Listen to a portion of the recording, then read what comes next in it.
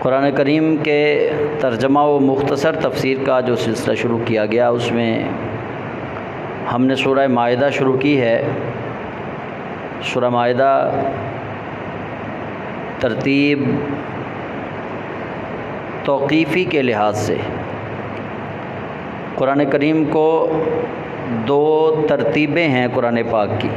ایک ترتیب ہے نزولی، جس ترتیب سے قرآن نازل ہوا اس کو کہتے ہیں ترتیب نزولی، اور ایک ترکیب ہے توقیفی، یعنی وقفے سے جو ترتیب لگائی گئی، وقف کر کے توقیف کے ساتھ جو ترتیب لگائی گئی۔ جیسے سورہ مائدہ کی آیت نمبر 3 یہ آخری آیت ہے، لیکن اس کو چھٹے پارے کے اندر رکھا گیا چونکہ یہ ترتیب ہے توقیفی، مصحف کی ترتیب ہے، یہ کتاب کی۔ اس ترتیب سے، جس ترتیب سے قرآن پاک یہ مصحف میں ایک کتاب میں ہمیں میسر ہے، یہ وہ ترتیب نہیں جو نازل جس ترتیب سے ہوا ہے اس ترتیب سے اس کے اندر نہیں ہے۔ نبی پاک نے اللہ کے حکم سے، یہ یاد رکھنے والی بات ہے، نبی پاک نے اللہ کے حکم سے جو ترتیب صحابہ کو کہہ کے لگوائی، اس ترتیب کو ترتیب توقیفی کہتے ہیں۔ یہ قرآن پاک اس ترتیب کے مطابق ہے۔ تو اس لحاظ سے یہ قرآن پاک کی 5ویں سورت ہے، سورۃ المائدہ، دسترخوان، اور اس میں بنی اسرائیل کا ذکر ہے، بالخصوص اس بات کا جس میں اللہ تعالیٰ نے بنی اسرائیل پہ انعام کیا، اور ہمارے لیے حلال اور حرام چیزیں بیان کر دی گئیں اس کے اندر۔ پچھلے سبق میں ہم نے سورہ مائدہ کی 2 آیتیں پڑھی تھیں، اور ان آیتوں میں ہم نے قسم کے پورا کرنے کے بارے میں، وعدہ کے پورا کرنے کے بارے میں پڑھا تھا، اور جو جانور اللہ نے ہمارے لیے حلال کیے تھے ان کے بارے میں کچھ پڑھا کہ رب نے فرمایا احل لکم بہیمۃ الانعام، تمہارے لیے حلال کر دیے گئے چوپائے 4 پیروں والے، الا ما یتلا علیکم، مگر وہ جو آگے سنایا جائے گا۔ یہ تیسری آیت کی طرف اشارہ ہے جو قرآن پاک کی ترتیب نزولی کے اعتبار سے آخری آیت ہے۔ یہ جو کہا نا اللہ نے الا ما یتلا علیکم، مگر وہ جو آگے سنایا جائے گا، تو آگے وہ تیسری آیت میں ہے جو آج ہم شروع کریں گے۔ اعوذ باللہ من الشیطان الرجیم، بسم اللہ الرحمن الرحیم۔ حرمت علیکم المیتۃ والدم ولحم الخنزیر وما اہل لغیر اللہ بہ والمنخنقۃ والموقوذۃ والمتردیۃ والنطیحۃ وما اکل السبع الا ما ذکیتم۔ اللہ کریم جل جلالہ فرماتا ہے، یہاں پہ ان چیزوں کا ذکر کیا جا رہا ہے جو ہم پہ حرام کی گئی جانوروں میں۔ فرمایا حرمت علیکم المیتہ، تم پر حرام کر دیا گیا مردار۔ اب مردار کیا ہے؟ جو چیز خود بخود مر جائے۔ اب مری ہوئی چیز کو، مرے ہوئے جانور کو ہم پہ حرام کر دیا گیا کہ اب نہیں کھانا اس کو۔ اس کی جو اصل وجہ ہے، اس کی جو حقیقت ہے، وہ تو اللہ اور اس کا رسول ہی بہتر جانتا ہے، ہم نہیں جانتے۔ لیکن جو عام سمجھ میں آنے والی بات ہے، طبیبوں کے ذریعے، حکیموں کے ذریعے، سائنسدانوں کے ذریعے، وہ یہ ہے کہ جانور کو جب ذبح کیا جاتا ہے تو اس کا خون سارے کا سارا باہر نکل جاتا ہے۔ خون کے اندر جو زہریلے مادے ہوتے ہیں، زہریلے جراثیم ہوتے ہیں، وہ سارے باہر چلے جاتے ہیں۔ لیکن جو جانور ذبح نہیں کیا جاتا، مر جاتا ہے طبعی موت، وہ سارا کچھ اس کے اندر ہی ہوتا ہے۔ وہ خون جو باہر نہیں نکلتا، اندر ہی جامد ہو جاتا ہے، اس کے ساتھ وہ زہریلے مادے، زہریلے جراثیم، وہ اس کے اندر ہی ہوتے ہیں۔ جیسے ہی بندہ ان کو کھائے گا تو اس کے اندر بھی وہ زہر پیدا ہوگا۔ اس لیے رب ذوالجلال نے جو ظاہری حکمت جو ہمیں نظر آ رہی ہے، وہ یہ ہے کہ مردار جو ہے اس کو حرام کر دیا گیا، والدم، اور خون کو حرام کر دیا گیا، خون بھی نہیں پی سکتے، صرف تلی کا خون جو ہے اور کلیجی کا خون وہ جمع ہوتے ہیں اس کے اندر، فطرتاً جانور کے اندر تلی اور کلیجی کا خون جو ہے وہ اس کے اندر ہی ہوتے ہیں، ان کو حلال کیا گیا۔ نبی کریم علیہ السلام نے فرمایا وہ حلال ہے، اور مردار جو ہیں وہ عموماً ہی حرام کر دیا گیا، لیکن نبی علیہ السلام نے اس کی تصریح یوں فرمایا سارے مردار حرام ہیں مگر سمندر کے 2 مردار جو ہیں وہ حلال ہیں، ایک مچھلی، دوسرا ٹڈی۔ اب ٹڈی جو ہے وہ ہمارے ہاں نہیں پائی جاتی، وہ عرب کے اندر ہے، حجاز میں وہ عرب کے اندر ہے۔ اب اس کی کون سی قسم ہے، اب وہ بھی ہم پہ پوشیدہ ہے کہ ٹڈی کی کون سی قسم ہے جو حلال ہے۔ جیسے مکھی ہے، مکھیاں اب کئی قسم کی، کوے ہیں، کوے کئی قسم کے، مطلب جانوروں کی قسمیں ہیں۔ اب نبی کریم صلی اللہ علیہ وآلہ وسلم نے جو ارشاد فرمایا کہ ٹڈی کو حلال کر دیا گیا اور مچھلی کو حلال کر دیا گیا۔ اب مچھلی تو سمجھ میں آنے والی چیز ہے، لیکن ٹڈی جو ہے وہ نہیں سمجھ میں آئے گی۔ وہ ٹڈی کی خاص قسم جس کو حلال کیا گیا، مفسرین فرماتے ہیں کہ وہ حجاز کے اندر یعنی عرب ممالک میں پائی جاتی ہے۔ اب اس کا بھی یہ نہیں کسی کو معلوم کہ نبی علیہ السلام نے کون سی قسم کو حلال کیا اور کون سی قسم کو نہیں حلال کیا، اس کی اقسام کا علم بھی نہیں ہے۔ تو دوسرا فرمایا والدم، اور خون، اور تیسرا فرمایا ولحم الخنزیر، خنزیر کا گوشت تم پر حرام کر دیا گیا، یہ بھی نہیں کھا سکتے۔ اب خنزیر کا گوشت حرام کرنے میں جو حکمتیں ہیں، سب سے پہلی حکمت یہ نجس العین ہے، سراسر سراپائے نجس، سراپائے پلیدی، گند میں رہنا پسند کرتا ہے، اور اس کی طبیعت کے اندر انتہائی فحاشی و بد کرداری ہے۔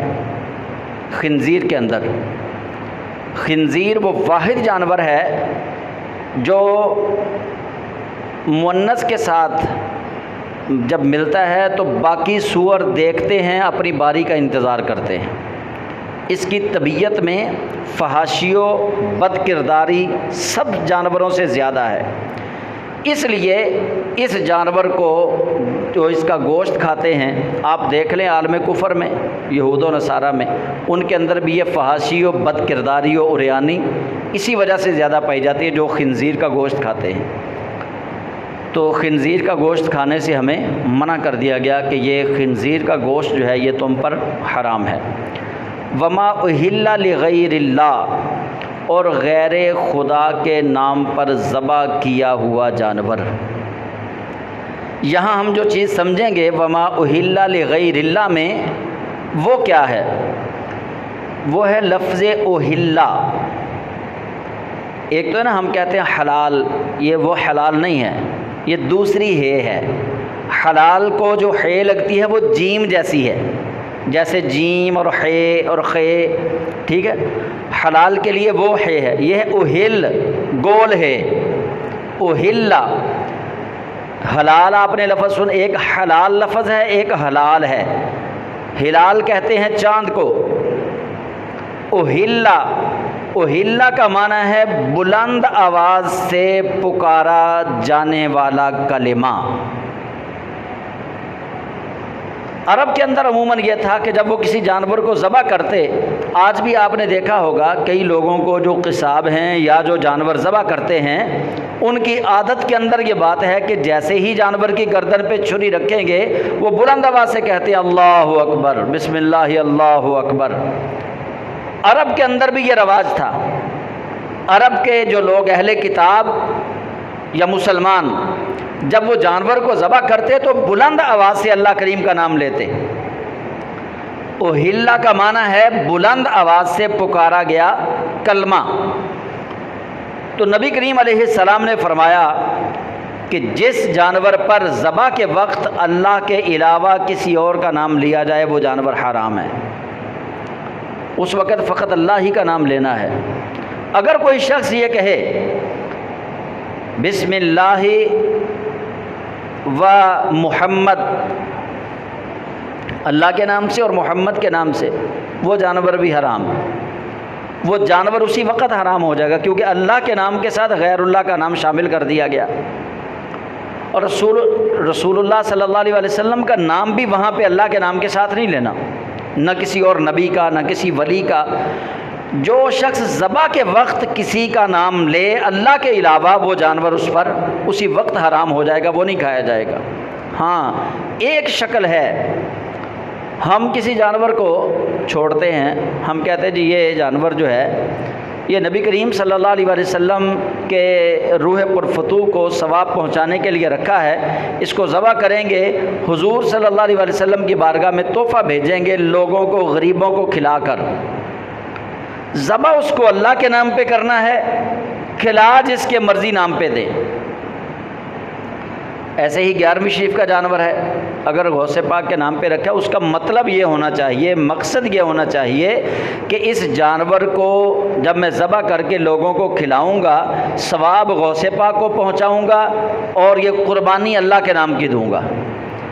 اس کو میں قربان اللہ کے نام پہ کروں گا، لیکن اس کا ثواب جو لوگ کھانا کھائیں گے وہ ثواب حضور غوث پاک کو دوں گا، یہ جائز ہے۔ اگر جیسے ہم قربانی کرتے ہیں تو قربانی کے وقت ہم جب کوئی بکرا یا دمبا یا بھیڑ یا گائے وغیرہ لیتے ہیں، ہم کہتے ہیں جی یہ اس بار قربانی ابا جی کے نام کی ہے، اس بار قربانی امی جی کے نام کی ہے۔ اس کا مطلب یہ نہیں ہوتا کہ ذبح کے وقت بھی اللہ کے ان کے نام پہ ہم ذبح کریں گے، یہ مطلب نہیں ہوتا۔ مطلب یہ ہوتا ہے کہ ثواب ان کے لیے ہے۔ جب نیت یہ ہوگی تو جانور حرام نہیں ہوگا۔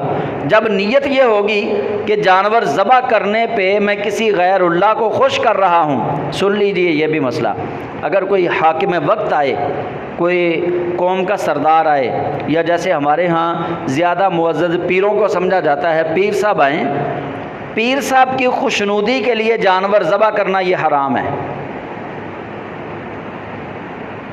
پیر صاحب کی خوشنودی کے لیے جانور ذبح کرنا یہ حرام ہے۔ ہاں پیر صاحب کی ضیافت کرنے کے لیے، مہمان نوازی کرنے کے لیے جانور ذبح کرنا یہ حلال ہے۔ اگر جانور کو ذبح اس لیے کرنا ہے نا پیر صاحب خوش ہو جائیں، پھر حرام، کیونکہ اس جانور کو ذبح آپ نے کرنا تھا اللہ کی رضا کے لیے، آپ اس کو ذبح کر رہے ہیں پیر صاحب کی رضا کے لیے، یا کوئی MN آ گیا، MP آ گیا، کوئی بڑا آ گیا۔ جب آپ کے دل میں اس کی تکریم ہوگی نا جانور کو ذبح کرنے کے لیے کہ جانور اس لیے ذبح کر رہا ہوں فلاں خوش ہو جائے، وہ حرام ہے جانور، کیونکہ یہ گناہ کبیرہ ہو گیا۔ ہاں کوئی جتنا مرضی بڑا شخص آ رہا ہے، آپ جانور کو اللہ کی خوشنودی کے لیے ذبح کریں کہ اللہ خوش ہو جائے، میں نے اپنے مہمانوں کی جو مہمان نوازی کی ہے وہ پورے وثوق سے، پورے خلوص سے، پورے دل سے میں نے کی ہے، یہ جائز ہے، وہ جانور حرام نہیں ہوگا۔ اگر پیر صاحب کو خوش کرنے کے لیے، کسی وڈیرے کو خوش کرنے کے لیے وہ جانور کیا تو مطلب وہی ہے۔ جانور کو ذبح کرنا ہے تو اللہ کی رضا کے لیے کرنا ہے کہ اللہ خوش ہو جائے۔ ہاں کھانا جس کو مرضی کھلائیں، کھانے کی ممانعت نہیں، مہمانوں کے آنے پہ، کوئی بڑا بزرگ ہو، قوم کا سردار ہو، اس کے آنے پہ جانور کو ذبح کرنا اس نیت کے ساتھ کہ میں مہمان نوازی اچھی کروں، کہ مہمان نوازی انبیاء کرام کی سنت ہے، اس نیت سے اس کو ذبح کریں، آپ 1000 بار کریں، یہ ثواب ہے، یہ سنت ہے، سنت ابراہیمی ہے کہ ابراہیم علیہ السلام جانور ذبح کرتے تھے مہمانوں کے کھانا کھلانے کے لیے۔ اور پھر فرمایا والمنخنقۃ، گلا گھٹ کر مر جانے والا جانور بھی حرام ہے۔ جانور کو آپ نے رسی سے باندھا تھا یا سنگل سے باندھا تھا، وہ اس کے گلے میں اس کی گرہ جو ہے وہ خود بخود لگ گئی، گلا گھٹ کے وہ مر گیا۔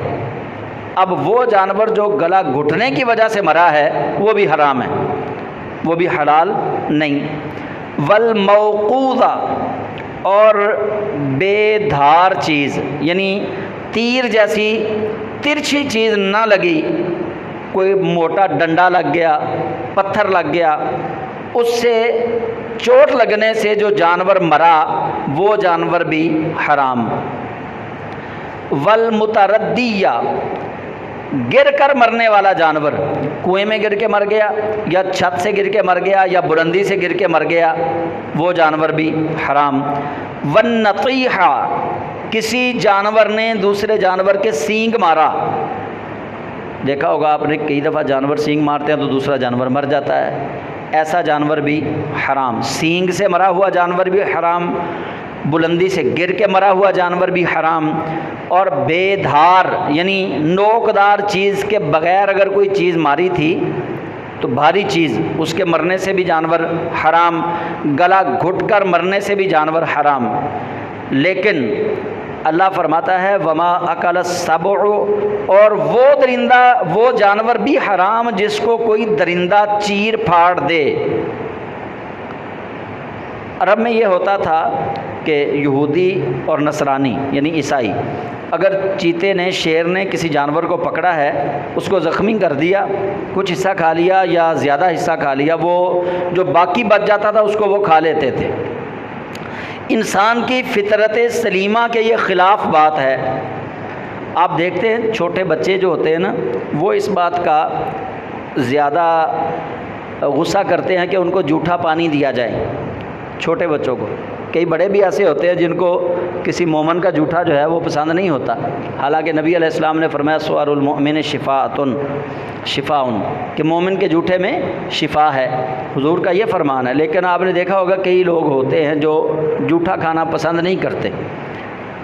تو انسان کی چونکہ فطرت سلیمہ کے یہ خلاف چیز تھی، اللہ تعالیٰ نے اس سے بھی منع فرما دیا، فرمایا وما اکل السبع، اور جس کو درندے چیر پھاڑ دیں، بچا ہوا جانور چاہے وہ زندہ ہی ہو، وہ بھی نہیں کھانا، اس سے بھی منع کر دیا گیا۔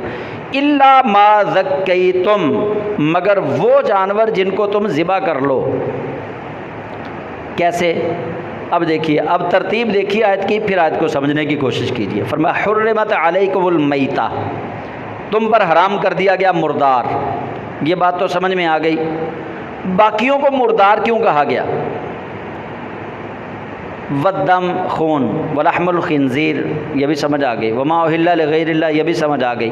پھر آگے فرمایا والمنخنقہ والموقوذہ والمتردیہ والنطیحہ، یعنی گلا گھٹ کے مرنے والا، کسی وزنی چیز کے لگنے سے مرنے والا، اور گر کر مرنے والا، کسی جانور کے سینگ سے مرنے والا، اور درندے کے چیر پھاڑ سے مرنے والا۔ پھر آگے فرمایا الا ما ذکیتم، مگر وہ جس کو تم ذبح کر لو، یعنی نبی کریم صلی اللہ علیہ وسلم کا پھر فرمان ہے اس پہ۔ حضور سید عالم صلی اللہ علیہ وسلم نے فرمایا کوئی جانور اگر زخمی ہو گیا اور کوئی گر گیا، یا کسی جانور نے سینگ مارا، یا بلندی سے گرا ہے، یا اس کا گلا گھٹ گیا، تم دیکھو کہ اس کی دم ہل رہی ہے یا اس کی آنکھ جو ہے وہ پھر رہی ہے۔ یہ دو نشانیاں بتائی ہیں۔ اگر اس کی دم ہل رہی ہو، اس کی آنکھ پھر رہی ہو، فرمایا اگر تم اس کو اسی وقت ذبح کر لو تو وہ تمہارے لیے حلال ہے۔ سمجھ آ گئی؟ گلا گھٹا ہو، کوئی چیز وزنی اس کے لگی ہو، اوپر سے گرا ہو اور دیکھا کہ مر گیا، لیکن قریب گئے دیکھا اس کی آنکھ، ابھی آنکھ کا ڈیلا جو ہے وہ ہل رہا ہے، قریب گئے دیکھا اس کی دم ابھی حرکت کر رہی ہے، تو نبی علیہ السلام نے فرمایا اس کو جلدی جلدی ذبح کر لو، وہ حلال ہے۔ جب اس کو ذبح کر لیا پھر وہ حلال ہو گیا۔ لیکن مردار جو ہے اس کو اس لیے واضح کر دیا کہ جب کوئی مر گیا ہے نا، طبعاً سینگ لگنے سے نہ مرا ہو، گر کے نہ مرا ہو، کوئی چیز لگنے سے نہ مرا ہو، گلا گھٹنے سے نہ مرا ہو، طبعاً وہ اپنے گھر کھڑا تھا اور وہ مر گیا جانور، اس کو علیحدہ کر دیا۔ یہ چونکہ طبعی طور پہ نہیں ہے، یہ جانور جو بتائے گئے، سینگ لگنا طبعی نہیں ہے، گرنا یہ بھی حادثہ، سینگ لگنا یہ بھی حادثہ، گلا گھٹ جانا یہ بھی حادثہ، ٹھیک ہے، یہ کسی وزنی چیز کا لگ جانا، اس کے اوپر کسی چیز کا گر جانا یہ بھی حادثہ۔ حادثاتی طور پہ جانور کو جو نقصان پہنچے اور جانور ابھی مرے نہ، اس کی آنکھ کا ڈھیلا ہل رہا ہو، اس کی دم ہل رہی ہو، اس کو فٹافٹ ذبح کر لو تو وہ حلال ہے۔ یعنی ہمیں حلال اور حرام کی تعلیم یہاں پہ دی جا رہی ہے۔ اب آخر پہ اللہ کریم نے فرمایا وَأَن تَسْتَقْسِمُوا بِالْأَزْلَامِ، اور یہ بھی حرام کر دیا گیا کہ تم اپنی قسمت ڈھونڈتے پھرو بالازلام، تیروں کی فال کے ذریعے۔ عرب کے لوگ کیا کرتے تھے، تیر کی طرح وہ تیز تو نہیں ہوتا تھا، لکڑی کا وہ تیر بنایا ہوتا تھا انہوں نے، آگے سے اس کی نوک نہیں ہوتی تھی، باریک تیز تھوڑی موٹی ہوتی تھی، اس کو وہ پھینکتے، اس کے ذریعے وہ فال نکالتے، قسمت کا حال دیکھتے۔ اللہ کریم نے اس سے منع فرما دیا وَأَن تَسْتَقْسِمُوا بِالْأَزْلَامِ، اور تمہیں قسمت معلوم کرنے کے لیے جوا کھیلنے سے منع کر دیا گیا۔ یہ بھی ایک قسم کا جوا تھا عرب کے اندر، تو اس سے منع کیا گیا۔ منع کرنے کے بعد اللہ کریم نے پھر مطلقاً کہا ذالکم فسق، یہ سارے ہی فسق و فجور والے کام ہیں، سارے ہی فسق ہیں۔ اور چونکہ یہ آیت جو ہے تیسری سورہ مائدہ کی آیت نمبر 3 جو ہے، یہ نازل کب ہوئی تھی؟ میں نے پچھلے جمعے بتایا تھا، یوم عرفہ، حجۃ الوداع کے موقع پہ نبی علیہ السلام آپ کا آخری حج جو ہے اس موقع پہ یہ نازل ہوئی۔ تو اللہ تعالیٰ نے فرمایا الیوم یئس الذین کفروا من دینکم، آج کے دن کافر تمہارے دین سے مایوس ہو گئے۔ کیوں مایوس ہو گئے؟ وہ مردار کھاتے تھے، وہ خون کھاتے تھے، خنزیر کا گوشت کھاتے تھے، اور جو جانور تباً مرتے ان کو بھی کھا لیتے، جو جانور کسی حادثے میں مرتے ان کو بھی کھا لیتے، اور وہ تیروں کے ذریعے اپنی قسمت کو تلاش کرتے تھے۔ تو نبی علیہ السلام نے ان ساری چیزوں سے منع فرمایا اللہ کے حکم کے بعد۔ پھر اللہ کریم فرماتا ہے الیوم یئس الذین کفروا من دینکم، آج کے دن یائسا مایوس ہو گئے، الذین کفروا تم سے کافر تم سے آج کے دن مایوس ہو گئے، من دینکم تمہارے دین کے بارے میں۔ آج جب واضح حکم نازل ہو گیا ان کی آس ٹوٹ گئی، ان کی امیدیں ختم ہو گئی۔ فلا تخشوہم واخشونی، اللہ فرماتا ہے کافروں سے نہ ڈرو، واخشونی مجھ سے ڈرو، ان سے نہیں ڈرنا کہ وہ کیا کہیں گے۔ تم ڈرنا کیا تھا کہ مسلمانوں کے دلوں میں یہ چیز آئی ہوگی کہ یار وہ خنزیر کا گوشت کھاتے ہیں، جب ہم حرام کہیں گے تو پتہ نہیں کیا کریں گے، لڑیں گے ہمارے ساتھ وہ، ٹھیک ہے، وہ مردار کھاتے ہیں، جب ہم ان کو روکیں گے، وہ خون کھاتے ہیں، وہ حادثاتی طور پہ مرنے والے جانوروں کو کھاتے ہیں، وہ ان تستقسموا بالازلام، وہ قسمت آزماتے ہیں اپنی تیروں کے ذریعے، فال کے ذریعے۔ جب ہم اس چیز کو کہیں گے کہ حرام ہے، پتہ نہیں وہ کیا کہیں گے۔ اللہ کریم نے مسلمانوں کے دلوں میں آنے والا وہ خدشہ جو تھا، جو ڈر تھا، اس سے بھی اللہ کریم نے ان کو آگاہ کیا اور فرمایا فلا تخشوہم، ان سے نہیں ڈرنا، واخشونی مجھ سے ڈرو۔ کیوں؟ الیوم اکملت لکم دینکم واتممت علیکم نعمتی، آج کے دن میں نے مکمل کر دیا تمہارے لیے تمہارا دین اور تم پر پوری کر دی اپنی نعمت۔ ورضیت، یہ جملہ اتنا پیارا ہے، ورضیت، اللہ فرماتا ہے میں راضی ہو گیا، لکم الاسلام دینا، اسلام کو تمہارے لیے بطور دین منتخب کرنے پہ میں راضی ہو گیا۔ اب اس کو ایک اور باریک بینی سے دیکھ لیں، آپ آئے ہیں تو ایک مطلب باریک بینی والی بات سنا دیتے ہیں۔ ورضیتو کا معنی اللہ فرماتا ہے میں راضی ہو گیا تمہارے لیے اسلام کو بطور دین منتخب کرنے پر میں راضی ہو گیا۔ اس میں ہم سارے ہی آ گئے۔ ایک تو ہے نا رضی اللہ عنہم ورضوا عنہ، صحابہ کے لیے ایک مزدہ جاں فضا ہے کہ صحابہ سے اللہ راضی ہوا، صحابہ اللہ سے راضی ہو گئے۔ اس آیت کا یہ جملہ بتا رہا ہے جو دین اسلام کو اپنے اوپر مکمل نافذ کرے گا، اللہ ہر اس بندہ مومن پر قیامت تک کے لیے راضی ہے۔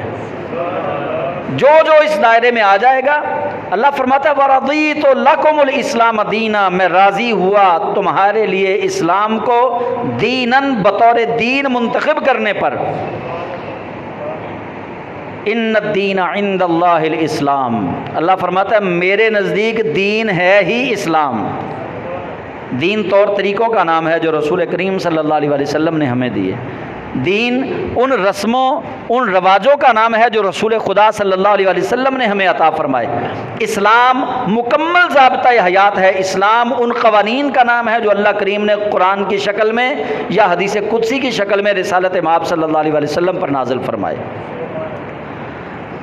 یہاں پہ ایک چھوٹی سی بات میں عرض کر دوں، وَأَن تَسْتَقْسِمُوا بِالْأَزْلَامِ، اس کے تحت کہ آج بھی بہت سارے ہمارے معاشرہ کے اندر بالخصوص خواتین اس جرم کے اندر شامل ہیں، اور جب ہم کہیں گے کہ خواتین کسی جرم میں شامل ہیں، خواتین کا جب ہم جرم ثابت کریں گے تو خواتین کا جرم ثابت کرنے سے پہلے وہ جرم مردوں کا پہلے ثابت ہوگا، خواتین کا بعد میں ثابت ہوگا۔ خواتین جتنے بھی شرعی حدود و قیود کو توڑتی ہیں، جن خواتین کے پیچھے بھائی ہے، ان کا خامد ہے، ان کا باپ ہے، اگر وہ خواتین ان سے ماورا ہو کے ایسے کام کرتی ہیں جو دین اسلام کے مخالف ہیں اور وہ نہیں روکتے، تو ان خواتین کے مجرم بننے سے پہلے وہ مرد، وہ بھائی، وہ باپ، وہ بیٹا جو جوان ہے اور وہ خامد، وہ ان عورتوں سے بھی پہلے مجرم ہیں جو ان خواتین کو نہیں روکتے۔ آج ہمارے معاشرے میں قسمت کے حال دیکھنے میں سب سے زیادہ اس چکر کے اندر خواتین آتی ہیں، اور بہت سارے ایسے حادثے رونما ہوئے اور ہو رہے ہیں کہ جعلی قسم کے لوگ دروازے پہ آتے ہیں فقیر بن کے، وہ قسمت کا حال دیکھتے دیکھتے سارا گھر لوٹ کے لے جاتے ہیں، اور ہماری مائیں بہنیں وہ سادہ لوہی کی وجہ سے وہ اس جھانسے کے اندر پھنس جاتی ہیں۔ تو یہ چیز حرام ہے، قسمت کا حال پوچھنا، یا اخباروں میں جیسے آتا ہے مضمون آتا ہے، کالم ایک ہوتا ہے یہ ہفتہ کیسا رہے گا، اس کی طلب کرنا کہ اخبار آئے گا میں دیکھوں گا یار میرا ہفتہ کیسے گزرے گا، یہ چیز شرک کے اندر ہے۔ گو یہ شرک اکبر نہیں ہے لیکن شرک اصغر ضرور ہے، چھوٹا شرک ضرور ہے یہ۔ تو ایسی چیزوں سے بچنا چاہیے، اپنے ہاتھ کی لکیریں نہیں دکھانی چاہیے جان بوجھ کے۔ ہاں البتہ اگر کوئی صاحب علم بیٹھا ہے اور وہ مفروضے کے طور پر، اپنے تجربے کے طور پر، ایک بندہ وہ کہتا ہے جی میں نے یہ کسی شخص کے ہاتھ میں یہ والی لکیر دیکھی، میں نے 200 شخص دیکھے ہیں جن کے ہاتھ میں یہ لکیر جو ایسے ہے ایسے ہی تھی، تو ان کی حالت ہوئی۔ اگر وہ اپنا تجربہ آپ سے شیئر کر رہا ہے تو صحیح ہے، تجربہ شیئر کرنا یہ شرک یا کفر نہیں۔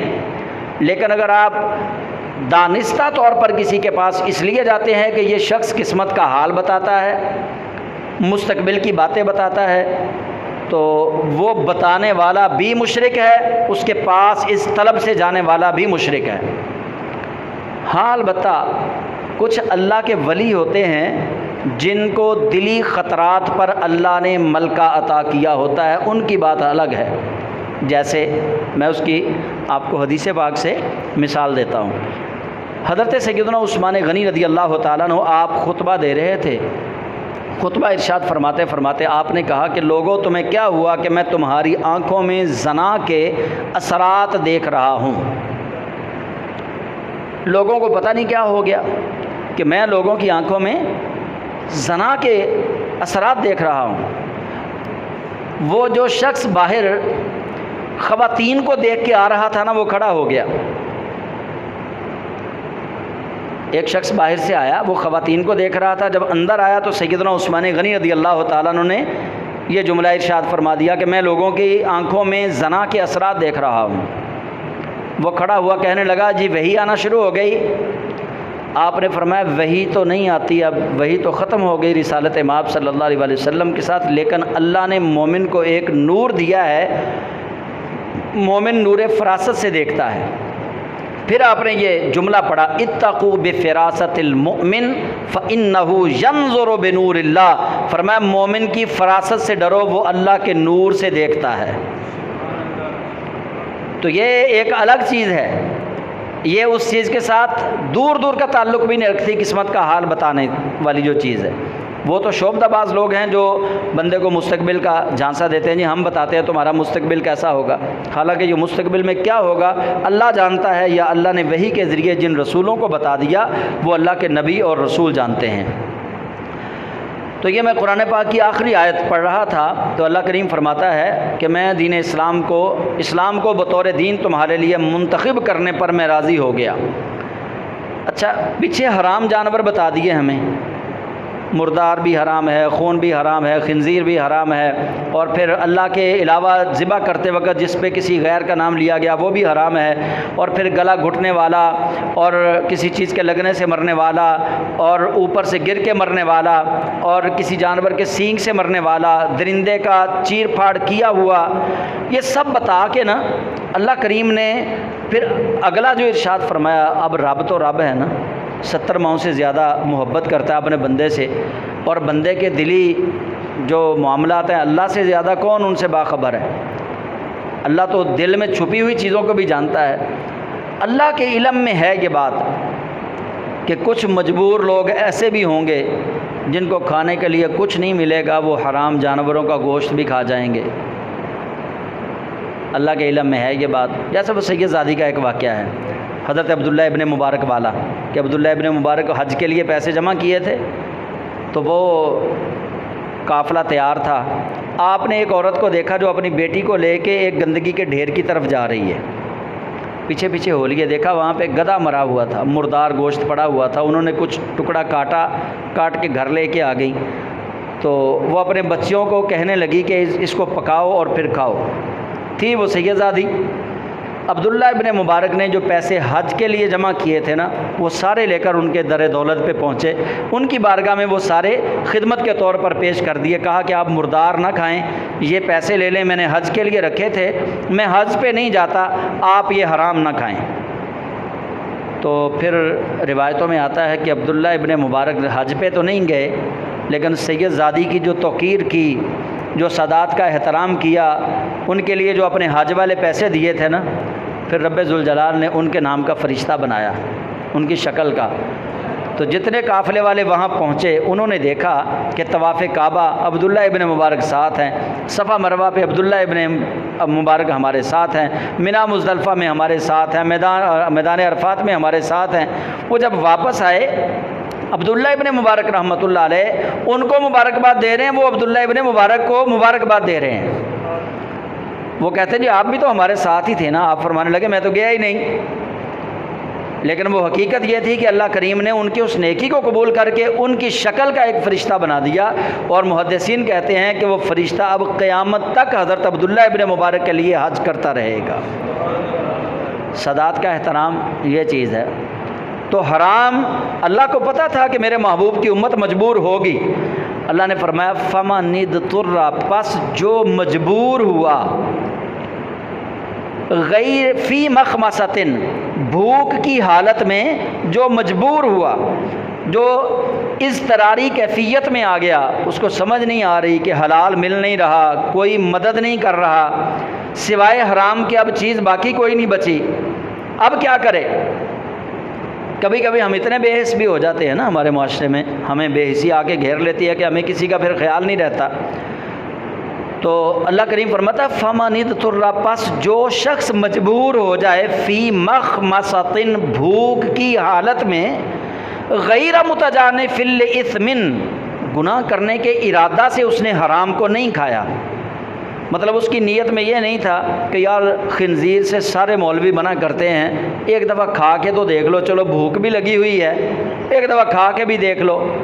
مردہ جانور کھانے سے منع تو سارے ہی کرتے ہیں، لیکن بھوک تو لگی ہے، مل بھی کچھ نہیں رہا، چلو ایک دفعہ کھا کے دیکھ لو۔ اس کو کہتے ہیں جان بوجھ کر گناہ کرنا۔ لیکن ایسا کوئی مجبور شخص جس کو حلال مل نہ رہا ہو، کوئی اس کی مدد بھی نہ کر رہا ہو، اور حلال چیز پاس نہ ہو، اس کی جان نکل رہی ہو، حرام گوشت پاس ہو، تو اللہ نے اس کے بارے میں کہا فَمَنِ اضْطُرَّ فِي مَخْمَصَةٍ، بھوک کی حالت میں جو شخص مجبور ہوا گناہ کے ارادے کے بغیر، طبیعت کے لالچ کے بغیر، فَإِنَّ اللَّهَ غَفُورٌ رَحِيمٌ، پس بے شک اللہ مغفرت فرمانے والا ہے اور رحم فرمانے والا ہے، یعنی اس کے لیے معافی ہے جو مجبور ہو جائے۔ سارے حرام بھی بتا دیے۔ اب یہاں سے اس آیت سے ایک بات کا اور پتہ چلا کہ علماء کی ایک ذمہ داری ہے، علماء کی ذمہ داریوں میں ایک یہ بھی بڑی ذمہ داری ہے، ایک ہی پہلو بیان نہ کیے جائیں، دونوں پہلو بیان کریں۔ لوگوں کو صرف یہ نہ کہیں کہ نماز پڑھو نماز پڑھو نماز پڑھو نماز پڑھو نماز پڑھو، یہ نماز پڑھو نماز پڑھو، نماز نہ پڑھی تو یہ ہوگا، نہ پڑھی تو یہ ہوگا۔ لوگوں کو ساتھ نماز میں آسانی والے جو اسباب ہیں وہ بھی بتا دیے جائیں۔ نماز تو معاف نہیں ہوگی کسی حالت میں بھی، لیکن نماز مثال کے طور پہ ایک شخص ہے وہ مجبور ہے، اس نے سفر پہ جانا ہے، اور مولوی صاحب کہتے ہیں نہیں جی پوریاں 17 رکعتاں پڑھ کے ہی جانیاں نے پھر تیری نماز ہونی ہے۔ نہ نہ نہ، تو 13 پڑھیاں تو کوئی نہیں ہونیاں، 14 پڑھیاں پھر بھی نہیں ہونیاں، 10 پڑھیاں پھر بھی نہیں ہونیاں۔ اب مولوی صاحب اپنے مسئلے پہ اڑے ہوئے ہیں اور وہ بندہ مجبور ہے، وہ کہتا ہے جی پھر بھی کوئی رعایت، اس کو سیدھی بات بتائے بھی 4 فرض پڑھ لو، 2 سنتیں اور 3 وتر پڑھ لو، چلے جاؤ۔ اگر اس سے بھی زیادہ وہ مجبور ہے، اس کا نقصان ہو رہا ہے کسی مومن کا، اس کو کہیں جی 4 فرض اور 3 وتر پڑھ لے، چلے جائیں۔ مطلب اس کو آپ سنت موقدہ چھوڑنے کا کہہ سکتے ہیں، غیر موقدہ تو پہلے ہی فرض موقدہ نہیں ہے نا، وہ تو پہلے ہی نفلی حالت میں ہے۔ اگر کوئی شخص مجبور ہے، مثال کے طور پہ کسی شخص نے ٹکٹ کروایا ہوا ہے اور وہ جانا چاہ رہا ہے، ٹائم تھوڑا ہے، وہ صرف فرض ادا کر سکتا ہے، سنت موقدہ نہیں پڑھ سکتا۔ اب مولوی صاحب اپنے فتوے پہ اڑے ہوئے ہیں، وہ کہتے ہیں نا جی نا، تو 4 سنتا زور دیاں پہلے بھی پڑھے گا، دوسریاں 2 بھی پڑھیں گا، 4 فرضاں تو بعد تے پھر ہی جا سکتا ہے، ادا نہیں جا سکتا۔ اب یہ نہیں ہونا چاہیے۔ اللہ تعالیٰ نے بھی جو حرام کی چیزیں بیان فرمائی ہیں، ان کے بعد اللہ تعالیٰ نے آسانی والا پہلو بھی بیان فرما دیا ہے، اور پھر نبی کریم صلی اللہ علیہ وسلم نے اسی لیے فرمایا کہ یسروا ولا تعسروا بشروا ولا تنفروا، فرمایا لوگوں کو آسانیاں تقسیم کرو، مشکلات تقسیم نہ کرو، ان کے لیے مشکلیں کھڑی نہ کرو۔ بشروا، انہیں بشارتیں سناؤ، خوشخبریاں سناؤ، ولا تنفروا، نفرتیں نہ پھیلاؤ۔ یہ اللہ کے محبوب کریم علیہ السلام کا بھی یہی اسلوب ہے۔ پھر اللہ کریم فرماتا ہے یسألونک ماذا احل لہم، اے محبوب وہ آپ سے سوال کرتے ہیں کیا حلال ہوا ہم پر، ماذا کیا، احل حلال کیا گیا، لہم ہم پر، وہ مومنوں نے، صحابہ نے جو سوال کیا یا رسول اللہ کون کون سی چیز جو ہم پہ حلال کی گئی، تو نبی علیہ السلام کو اللہ فرماتا ہے اب دیکھیے حرام کرنے والا بھی اللہ ہے، چیزوں کو حلال کرنے والا بھی اللہ ہے، لیکن مفسرین نے جب یہ آیت پڑھی انہوں نے جو حلال کی تعریف کی کہ حلال کیا ہے اور حرام کیا ہے، انہوں نے کہا حلال وہ ہے ما احل اللہ ورسولہ، جس کو اللہ اور اس کے رسول نے حلال کر دیا وہ حلال ہے، ما حرم اللہ ورسولہ، جس کو اللہ اور اس کے رسول نے حرام کر دیا وہ حرام ہے۔ اللہ اور اس کے رسول نے حلال کیا تو حلال، اللہ اور اس کے رسول نے حرام کیا تو حرام۔ کیسے؟ حالانکہ حلال تو اللہ نہیں کرنا تھا، حرام تو اللہ نے ہی کرنا تھا، لیکن قرآن کا اسلوب دیکھیے، اللہ فرماتا ہے یسألونک ماذا احل لہم، محبوب یہ آپ کے امتی آپ سے پوچھتے ہیں کہ حلال کیا ہے، آپ کے امتی آپ سے پوچھتے ہیں کہ حلال کیا ہے، قل تو آپ ان کو کہیے احل لکم الطیبات، تمہارے لیے تمام پاک چیزیں حلال کر دی گئیں۔ اب یہ حلال اللہ نے کیا ہے، بذریعہ مصطفیٰ کیا ہے، جو اللہ نے حرام کیا وہ بذریعہ مصطفیٰ کیا، جو اللہ نے حلال کیا وہ بھی بذریعہ مصطفیٰ کیا۔ اس لیے مفسرین نے حلال اور حرام کی جامع اور معنی تعریف لکھ دی کہ حلال وہ ہے جس کو اللہ اور اس کے رسول نے حلال کیا ہے، حرام وہ ہے جس کو اللہ اور اس کے رسول نے حرام کیا ہے۔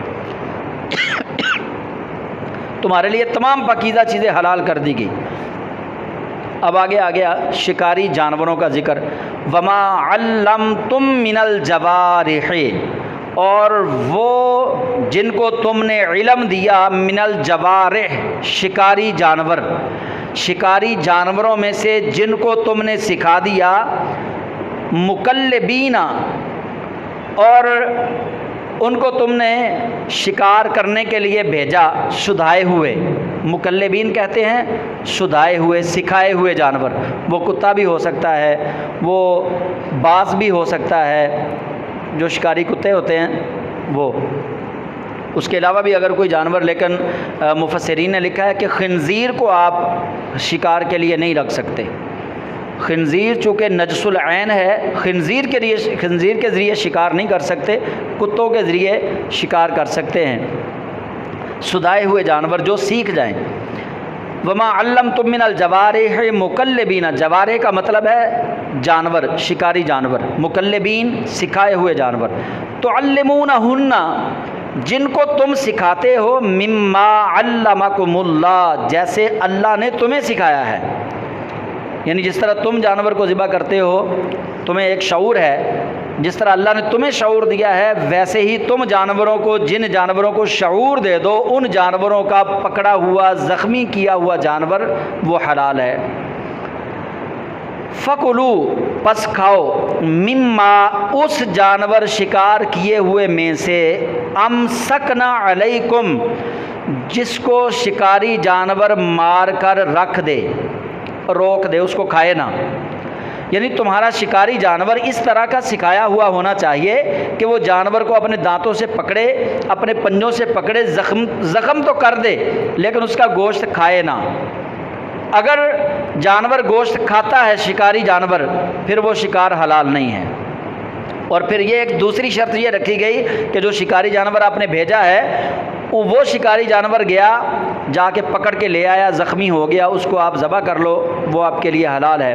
لیکن اگر اس کے ساتھ راستے میں کوئی اور کتا شامل ہو گیا، ایک جانور آپ نے بھیجا تھا، ایک اس کے ساتھ راستے سے اور کوئی شامل ہو گیا، جس کو آپ نے نہیں بھیجا وہ جب شامل ہوا، شکار کیا دونوں نے، اب وہ شکار آپ پر حرام ہو گیا، اب وہ شکار حلال نہیں ہے۔ لیکن اگر جانور نے جس کو صرف آپ نے سکھایا تھا اس کو بھیجا، اس نے زخمی کیا، اس نے دانت لگائے، پکڑا، وہیں پہ رکھ دیا، روک دیا، کھایا نہیں، وہ تمہارے لیے حلال ہے۔ یہی رائفل سے شکار کرنے کا بھی یہی مفسرین نے درجہ بتایا ہے کہ جب رائفل سے شکار کرنا ہے کس چیز کو تو اس پہ بسم اللہ پڑھنی ہے، اللہ کا نام لینا ہے اس پہ۔ اسی طرح شکاری جانور کو جب چھوڑنا ہے تو اللہ کا نام لے کے چھوڑنا ہے۔ وَاذْكُرُوا اسْمَ اللَّهِ عَلَيْهِ، اور یہ اسی لیے بتا دیا گیا کہ اس پر اللہ کا نام ذکر کرو، جانور کو چھوڑو تو اللہ کا نام ذکر کرو شکار کے لیے جب وہ جائے۔ وَاتَّقُوا اللَّهَ، اللہ سے ڈرو، إِنَّ اللَّهَ سَرِيعُ الْحِسَابِ، بے شک اللہ بہت جلد حساب لینے والا ہے، یعنی اللہ حساب لینے میں دیر نہیں کرتا۔ یعنی یہ ساری چیزیں اگر آپ کا شوق ہے شکار کے لیے، یہ بھی شرط ہے کہ شکار شوق پر مبنی نہیں ہونا چاہیے، مجبوری پر مبنی ہونا چاہیے۔ جانوروں کو شوق سے نہیں حلال کرنا چاہیے، مجبوری کے تحت آپ شکار کر سکتے ہیں، یہ نہیں کہ آپ صرف اپنا شوق پالنے کے لیے جانوروں کو ذبح کرتے پھریں، یہ خواہشات نفس میں آتا ہے۔ تو اس لیے قرآن کریم کو سمجھیے، قرآن پاک پہ عمل پیرا ہونے کی کوشش کیجیے۔ اللہ تعالیٰ مجھے اور آپ سب کو قرآن کریم کو سمجھنے کی اور اس پر عمل کرنے کی توفیق عطا فرمائے۔ آمین۔ وآخر دعوانا ان الحمد للہ رب العالمین۔